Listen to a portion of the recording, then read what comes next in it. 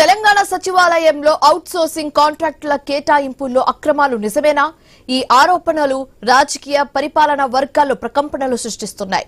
Irrigation, finance, సాధారణ పరిపాలన విభాగాల్లో పోస్టుల కోసం కోట్లలో కట్టుబెడుతున్నారా? మొత్తానికి ఈ ఆరోపణలు తీవ్ర కలకలం రేపుతున్నాయి.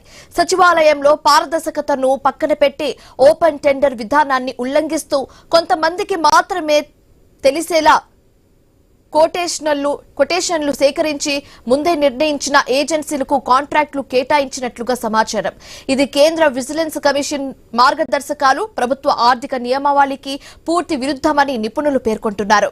అయితే ఈ వ్యవహారంలో ఒక సీనియర్ అధికారికి సన్నిహితుడైన వ్యక్తి నేరుగా సచివాలయంలో జోక్యం చేసుకుంటూ సిబ్బందిపై ఒత్తిడి తెచ్చి కాంట్రాక్ట్స్ ను మళ్లిస్తున్నాడనే ఆరోపణలు మరింత వివాదానికి దారితీస్తున్నాయి.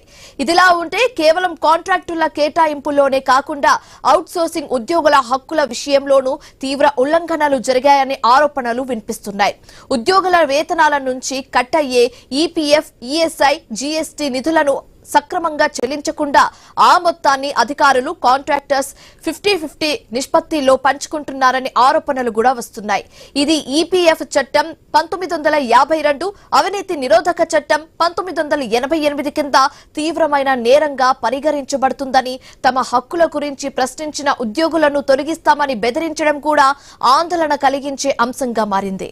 ఇక ప్రభుత్వం అవుట్సోర్సింగ్ ఉద్యోగుల సంక్షేమం కోసం ప్రత్యేక కార్పొరేషన్ ఏర్పాటు చేసే యోచన ఉండగా కొందరు అధికారులు వ్యక్తిగత ప్రయోజనాల కోసం ఏజెన్సీస్ ను మారుస్తూ వ్యవస్థను అస్తవ్యస్తం చేస్తున్నారు. అయితే ఈ వ్యవహారంపై స్వతంత్ర విచారణ జరిపించాలని, అవసరమైతే ఏసీబీ లేదా విజిలెన్స్ అధికారులతో దర్యాప్తు చేపట్టించాలని అధికారులు, బాధితులు, సామాజిక కార్యకర్తలు డిమాండ్ చేస్తున్నారు. అక్రమంగా కేటాయించిన కాంట్రాక్ట్స్ ను రద్దు చేసి బాధ్యులపై కఠిన చర్యలు తీసుకోవాలని కోరుతున్నారు.